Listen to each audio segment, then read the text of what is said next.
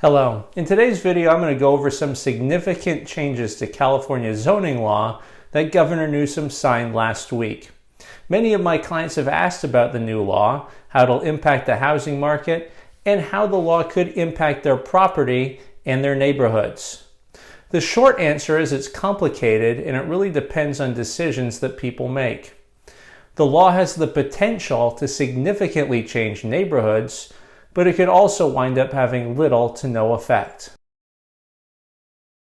There were actually two laws signed last week related to zoning, SB-9 and SB-10, but for the purposes of this discussion, we'll focus on SB-9. It takes effect in January of 2022. At its core, SB-9 requires all local agencies to consider most proposed two-unit projects and lot splits ministerially. In other words, in most cases, these projects would essentially be rubber stamped and approved by right. What that means is that a lot with a single-family zoning that currently has one house can easily be expanded to include up to 4 legal housing units by right of the owner without discretionary review or hearings. This can be accomplished by building an ADU or expanding a structure to add an additional unit, then subdividing the lot and building a new 2-unit structure on the new parcel.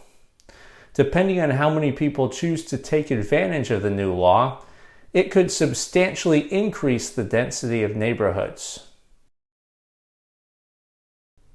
SB-9 contains two primary components, lot splits and 2-unit projects. Let's discuss lot splits first and get into some of the details.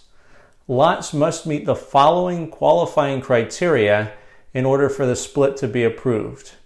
The split must result in 2 lots of roughly equal size, no greater than a 60-40 split. Each new lot must be at least 1,200 square feet, though local agencies can set lower minimums.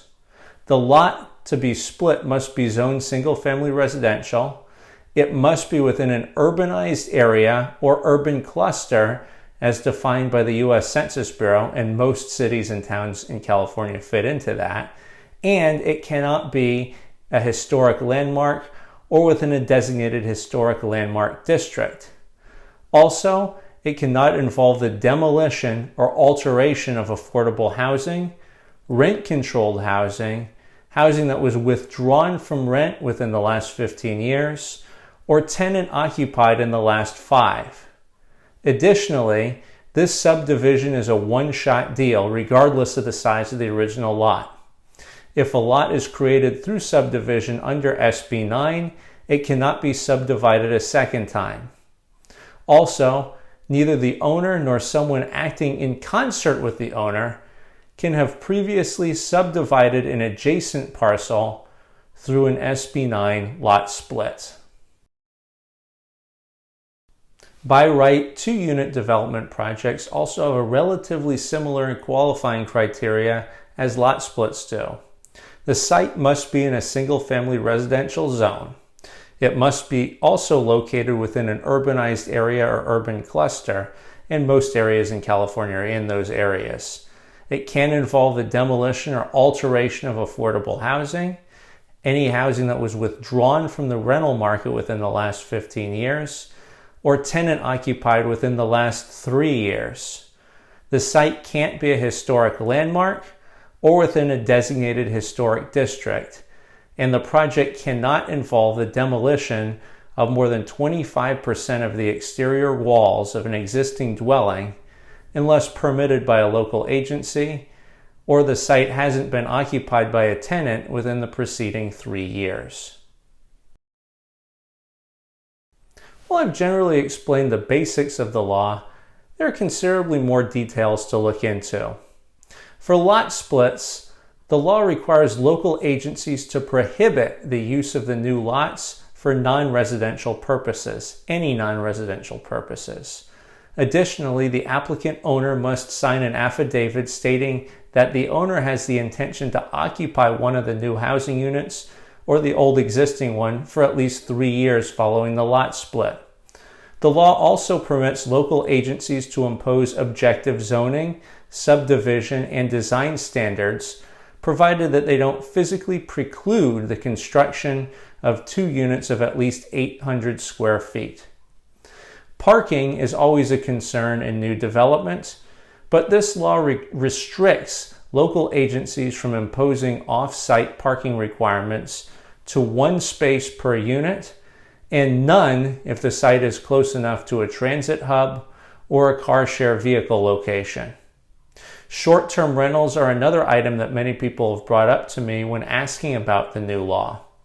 They are not allowed in any unit created under SB-9, regardless of whether the unit was created by a lot split, the 2-unit development approval, or both.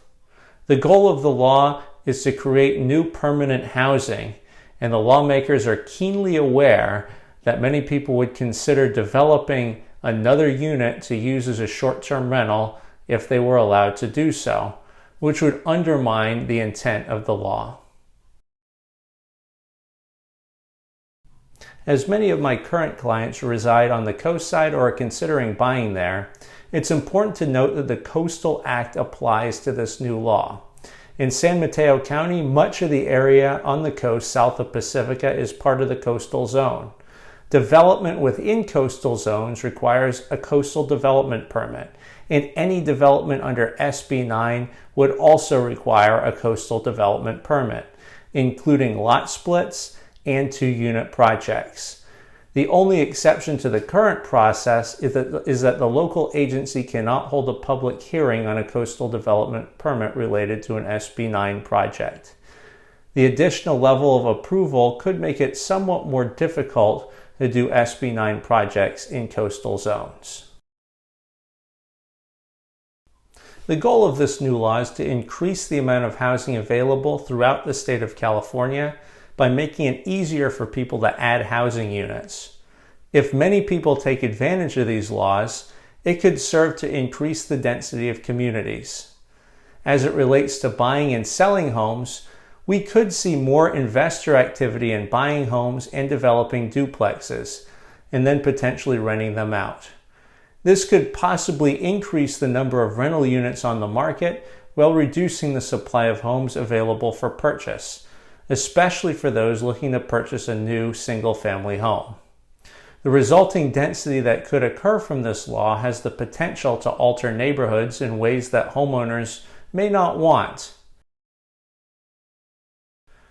If you have any further questions about SB-9, how it could impact your property or your home search, or if you'd like me to help you buy or sell your home, please feel free to contact me. I've included a link in the description. If you enjoyed this video, please like, comment, or subscribe. I look forward to seeing you in the next video. Thank you.